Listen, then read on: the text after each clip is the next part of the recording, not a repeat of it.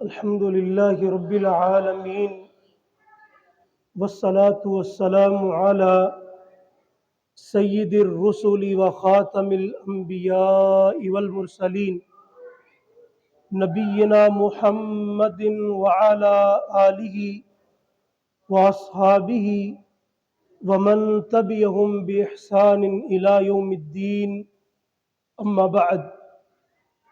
فأعوذ بالله السميع العليم من الشيطان الرجيم بسم الله الرحمن الرحيم قال الله تعالى وسارعوا إلى مغفرة من ربكم وجنة عرضها السماوات والأرض أعدت للمتقين وقال النبي صلى الله عليه وسلم بني الإسلام على خمس شهادة أن لا إله إلا الله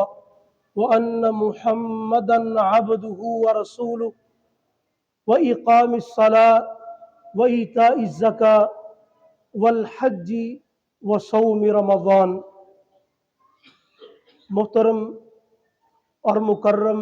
سامعین کرام، جیسا کہ آپ کے علم میں ہے کہ رمضان المبارک کی آمد ہے۔ محترم بھائیوں، دنیا میں ہمارے پاس کوئی مہمان آنے والا ہو، ہر بندہ اپنی حیثیت سے بڑھ کے اس مہمان کی خوشی کرتا ہے اور اپنی حیثیت سے بڑھ کے اس کا استقبال کرنے کی کوشش کرتا ہے۔ پیارے بھائیوں، یہ اللہ رب العزت کا مہمان جو ہمارے پاس آنے والا ہے، میں اللہ سے دعا کرتا ہوں کہ اللہ رب العزت یہ آنے والا رمضان اور اس طرح کے بہت سے رمضان ہمیں زندگی میں دیکھنے نصیب کرے اور ان کی عبادات کر کے اللہ رب العزت ہمیں جنت کا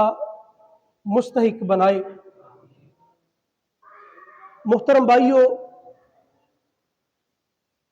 کسی بھی مہمان کا احترام یا مقام جب بندے کو پتہ ہوتا ہے اس کی اہمیت کیا ہے، تو پھر بندہ اس حساب سے اس کا استقبال بھی کرتا ہے۔ جب کسی کی عزت اکرام اور احترام کا بندے کو پتہ ہوتا ہے کہ کون آنے والا ہے، اس کا مقام کتنا بڑا ہے، وہ کتنی بڑی شخصیت ہے، تو پیارے بھائیوں، یہ رمضان المبارک بھی اللہ کا مہمان جو ہمارے پاس آنے والا ہے، جب ہمیں اس کی اہمیت اور اس کے مقام کا اندازہ ہوگا، پھر بندہ اس کا اسی طرح بہترین استقبال کرنے کی بھی کوشش کرتا ہے۔ محترم بھائیوں، یہ بات ذہن میں رکھیے کہ رمضان المبارک وہ برکتوں والا مہینہ ہے کہ اللہ رب العزت فرماتے ہیں شہر رمضان الذی انزل فیہ القرآن، کہ جس مہینے میں اللہ رب العزت نے قرآن کریم کو نازل کیا، یعنی رمضان المبارک کا یہ ایک بہت بڑا اعزاز کہ اس میں اللہ رب العزت نے اپنی عظیم کتاب قرآن کریم کو بھی نازل کیا ہے۔ اور پھر اسی طرح اس مہینے کے اندر ایک ایسی رات ہے کہ جس کی عبادت 1000 مہینے کی عبادت سے بہتر ہے اگر کسی کو مل جائے۔ اور یہ مہینہ اللہ کی رحمتوں والا، اللہ کی برکتوں والا اور اسی طرح گناہوں کی معافی والا اور بے شمار فضائل و مناقب، جیسا کہ آپ علماء سے سنتے رہتے ہیں۔ پیارے بھائیوں، جب اس کا مقام و مرتبہ اتنا زیادہ ہے تو بندے کو جب اس کا استقبال کرنا ہے تو وہ بھی اسی قدر زیادہ بہترین ہونا چاہیے۔ پیارے بھائیوں، رمضان المبارک جو اللہ کی رحمتوں والا مہینہ آنے والا ہے، کوشش کریں کہ اس میں ایک دوسرے سے آگے نکلنے کی کوشش کریں، نیکی کے کاموں میں ایک دوسرے سے بڑھ کے نیکی کے کاموں میں آگے نکلنے کی کوشش کریں۔ اللہ رب العزت نے اہل ایمان کا تذکرہ فرماتے ہوئے فرمایا اولئک یسارعون فی الخیرات وہم لہا سابقون، اہل ایمان نیکی کے کاموں میں ایک دوسرے سے آگے نکلتے ہیں، ایک دوسرے سے بڑھ کے کوشش کرتے ہیں۔ اور جو آیت کریمہ میں نے شروع میں آپ کے سامنے پڑھی اس میں بھی اللہ رب العزت یہی فرماتے ہیں وَسَارِعُوا إِلَى مَغْفِرَةٍ مِّن رَّبِّكُمْ وَجَنَّةٍ عَرْضُهَا السَّمَاوَاتُ وَالْأَرْضُ أُعِدَّتْ لِلْمُتَّقِينَ، فرمایا دوڑ لگا دو، جلدی کرو، آگے بڑھو، ایک دوسرے سے آگے نکلنے کی کوشش کرو۔ وَسَارِعُوا إِلَى مَغْفِرَةٍ مِّن رَّبِّكُمْ، اللہ کی مغفرت، اللہ کی طرف سے بخشش حاصل کرنے میں اور اللہ کی جنت کو حاصل کرنے میں جلدی کرو، آگے بڑھو۔ وہ جنت اعدت للمتقین جو اللہ نے اپنے متقی بندوں کے لیے بنائی۔ اور قرآن کے لیے اور پھر لمبا ایک مضمون کہ جہاں بھی اللہ رب العزت نے جنت کا تذکرہ کیا اپنے متقی بندوں کے لیے کیا۔ اور تقوی جو ہے، متقی پرہیزگار بندہ روزے سے بن سکتا ہے۔ اللہ رب العزت نے رمضان المبارک کے روزوں کی فرضیت کا تذکرہ کرنے کے بعد فرمایا یہ روزے اس لیے فرض کیے گئے لعلکم تتقون، تاکہ تم متقی بن جاؤ۔ جب متقی بن جاؤ گے اللہ رب العزت کی جنت متقی بندوں کے لیے۔ تو پیارے بھائیوں، ایک دوسرے سے نیکی کے کاموں میں آگے نکلنے کی ہم نے انشاءاللہ کوشش کرنی، اور اسی طرح اپنے جو گناہوں میں بندہ ساری زندگی 12-11 مہینوں میں لت پت رہتا ہے، اللہ رب العزت سے اپنے گناہوں کی معافی مانگ، اللہ رب العزت سے اپنے گناہوں سے توبہ کر لے، باز آ جائے ان گناہوں سے اور نیکی کے کاموں میں آگے نکلنے کی کوشش کریں۔ اللہ رب العزت قرآن کریم میں جیسا کہ ارشاد فرماتے ہیں کہ وہ لوگ جو اللہ رب العزت سے اپنے گناہوں کی معافی مانگ لیتے ہیں، اللہ رب العزت ان کے گناہوں کو معافی نہیں کرتے بلکہ ان کے گناہوں کو اللہ نیکیوں میں بدل دیتے ہیں۔ اللہ رب العزت گناہوں کو نیکیوں میں بدل دیتے ہیں۔ اور اللہ کے نبی مکرم صلی اللہ علیہ وسلم نے بھی فرمایا کل بنی آدم خطاء فخیر الخطائین التوابون، ہر انسان سے گناہ ہو جاتا ہے، کوئی ایسا نہیں جو کہے مجھ سے گناہ نہیں ہوتا، میں نے کبھی گناہ نہیں کیا، ہر کسی سے ہو جاتا ہے، لیکن گناہ کر کے گناہ پہ اڑے رہنا یہ بہت بڑا جرم ہے۔ گناہ ہو جائے فوری اللہ رب العزت سے اپنے گناہوں کی معافی مانگنے کی کوشش کریں۔ اللہ کے رسول فرماتے ہیں جو بندہ گناہ کے بعد توبہ کر لیتا ہے اللہ کو ایسا بندہ بڑا پسند ہے۔ اور پھر خصوصاً رمضان المبارک میں گناہوں سے بچنے کی کوشش کرنی ہے، نیکی کے کاموں میں ایک دوسرے سے آگے نکلنے کی کوشش کرنی۔ اللہ کے نبی صلی اللہ علیہ وسلم فرماتے ہیں جب رمضان المبارک کا مہینہ آتا ہے فرمایا ینادی منادین، ایک منادی کرنے والا منادی کرتا ہے، اعلان کرتا، اللہ کی طرف سے فرشتے اعلان کرتے ہیں یا باغی الخیر اقبل، وہ نیکی کرنے والے نیکیوں کا موسم بہار آ گیا ہے، آگے بڑھو، نیکی کرو، یا باغی الخیر اقبل، اے نیکی کے کام کرنے والے آگے بڑھو نیکی کے کاموں میں، وَيَا بَاغِيَ الشَّرِّ اقصر، اور گناہ کرنے والے اب تو رک جا، اور اب تو باز آ جا، رمضان آ گیا۔ اللہ اکبر۔ محترم بھائیوں، یہ رمضان المبارک نیکیوں کا موسم بہار ہے، نیکیوں کا سیزن ہے۔ آپ کاروباری حضرات سے جانتے ہیں ہر کام کا کوئی نہ کوئی سیزن ہوتا ہے، اور جب وہ سیزن آ رہا ہوتا ہے بندے کو بڑی خوشی ہوتی ہے، ابھی سیزن آ رہا ہے بڑی محنت کریں گے اور پچھلے سارے جو نقصانات اس سیزن میں پورے کرنے کی ہم نے کوشش کرنی ہے، دن رات ایک کر دیتے ہیں سیزن میں، کرتے ہیں کہ نہیں؟ آپ بھی کاروباری حضرات جانتے ہیں کوئی بھی کام ہے ہر کام کا کوئی نہ کوئی سیزن ہے۔ تو پیارے بھائیوں یقین کیجئے یہ رمضان المبارک نیکیوں کا موسم بہار ہے، نیکیوں کا موسم بہار ہے، آگے بڑھے۔ اللہ اکبر۔ اللہ کی اتنی رحمتیں اس مہینے میں، اتنی رحمتیں ہوتی ہیں۔ اللہ کے نبی صلی اللہ علیہ وسلم فرماتے ہیں اذا دخل الرمضان فتحت ابواب الرحمہ، ایک روایت کا الفاظ ہے فتحت ابواب السماء، ایک روایت کا الفاظ ہے فتحت ابواب الجنہ، اللہ آسمانوں کے دروازے کھول دیتے، اللہ کی رحمت کے دروازے کھول دیے جاتے ہیں، جنت کے دروازے اس میں کھول دیے جاتے ہیں۔ پیارے بھائیوں، آپ دنیا کے معاملات میں کاروباری حضرات ہیں، سیزن میں محنت کرتے، اس سیزن میں نیکیوں کے لیے محنت کیجئے، عبادات کے لیے محنت کیجئے، اور پھر اللہ اکبر آپ غور کریں اور اس چیز کو ذرا محسوس کرنے کی کوشش کریں کہ اگر بندہ کھیتوں میں جاتا ہے، موسم بہار ہو، ہر طرف سبزہ ہی سبزہ، سبزہ ہی سبزہ نظر آتا ہے، اور اس ہر طرف سبزے کے اندر ایک درخت بندے کو ایسا نظر آئے کہ جس پر کوئی پتا نہیں ہے، سوکھا ہوا درخت ہے، بندہ بھی جو اس کا مالک آگے دیکھ کے کہتا ہے کہ ہر طرف ہریالی ہے، ہر طرف سبزہ ہی سبزہ، ہر طرف موسم بہار ہے، یہ درخت، یہ موسم بہار میں بھی اس میں کوئی پتا نہیں لگا، یہ موسم بہار میں بھی سبز نہ ہو سکا، موسم بہار میں بھی اس پر بہار نہ آ سکی، مالک کیا کرتا ہے؟ ایسے درخت کو کاٹ کر اس کو جلانے کے کام آتا ہے، ایسا درخت پھر کاٹ کر جلانے کے کام ہی آتا ہے۔ اور محترم بھائیوں، جو اس سیزن میں، اس موسم بہار میں بھی جو ہرا بھرا نہ ہو سکا، جو اس سیزن کے اندر بھی اپنے اللہ کو راضی نہ کر سکا، جس نے ان ایام میں بھی اللہ کی رحمتوں سے اپنی جولیاں نہ بھری، تو ایسا شخص بھی اسی درخت کی مانند ہے جس کو اس کا مالک کاٹ کے پھر جلانے کے لیے رکھ لیتا ہے۔ پیارے بھائیوں، اللہ کے نبی مکرم صلی اللہ علیہ وسلم نے فرمایا، صحابہ کہتے ہیں کہ اللہ کے رسول صلی اللہ علیہ وسلم مسجد میں آئے، ممبر کی پہلی سیڑھی پہ پاؤں رکھا، آمین کہا، دوسری پہ، تیسری پہ، تینوں سیڑھیوں پر چڑھتے ہوئے اللہ کے نبی علیہ السلام نے آمین کہا۔ صحابہ اکرام رضوان اللہ علیہم اجمعین نے خلاف معمول یہ 3 مرتبہ آمین کہنے کی وجہ پوچھی۔ اللہ کے رسول اب پہلے بھی آتے تھے، پہلے بھی ممبر پر چڑھتے تھے، پہلے کبھی اس طرح آمین نہیں کہا۔ اللہ کے رسول یہ آج 3 مرتبہ خلاف معمول آمین کہنے کی وجہ کیا ہے؟ اللہ کے نبی صلی اللہ علیہ وسلم نے فرمایا، جب میں نے ممبر کی پہلی سیڑھی پہ پاؤں رکھا تو جبریل امین کہہ رہے تھے، اے اللہ کے رسول، رغم انف رجل من ادرک والدیہ او احداہما ثم لم يدخل الجنہ۔ اللہ کے نبی علیہ السلام فرماتے، جبریل امین کہہ رہے تھے، وہ بندہ خاک آلود ہو جائے، اس کی ناک خاک آلود ہو جائے، رسوا ہو جائے، ذلیل و خوار ہو جائے، ہلاک ہو جائے، تباہ و برباد ہو جائے وہ بندہ۔ کون؟ کہ جس نے اپنی زندگی کے اندر اپنے والدین کو یا ان میں سے کسی ایک کو پا کے ان کی خدمت کر کے اللہ کو راضی نہ کر لیا، وہ بندہ تباہ و برباد ہو جائے۔ اللہ کے رسول فرماتے ہیں، میں نے آمین کہا،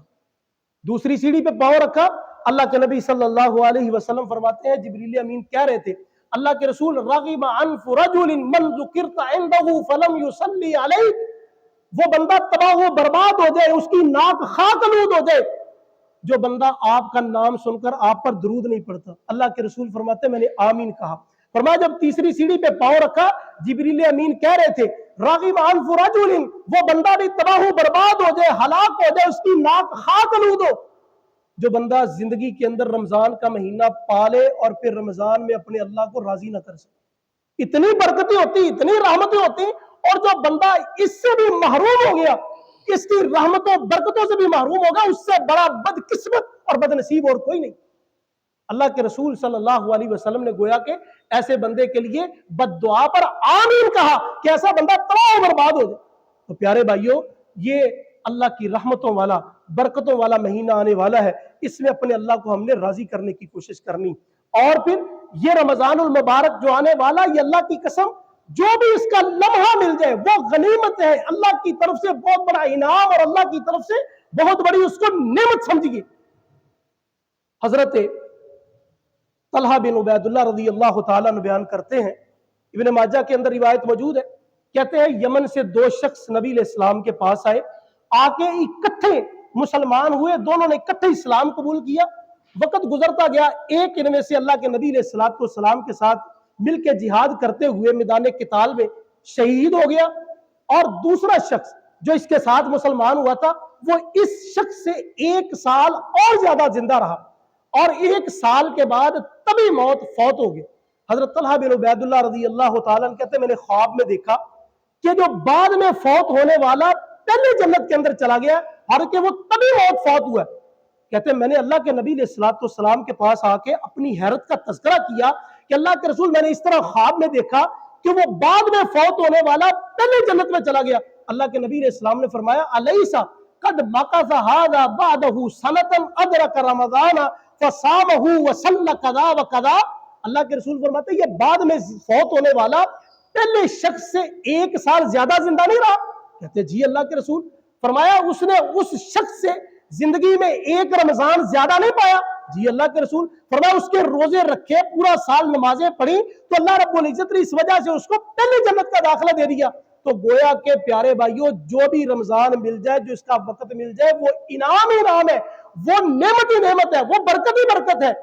اس لیے میں اللہ سے دعا کرتا ہوں، اللہ یہ اور اس طرح کے کئی رمضان زندگی میں دیکھنے نصیب کرے۔ مگر نہ اللہ اکبر، کتنے آپ کے دوست احباب، کتنے عزیز و اقارب، کسی کے والد، کسی کی والدہ، بہن بھائی، دوست احباب جو پچھلے سال ہمارے ساتھ روزے رکھتے تھے، ہمارے ساتھ افطاریاں کرتے تھے، اس طرح روزے رکھنے والے وہ اس سال ابھی نظر نہیں آ رہے۔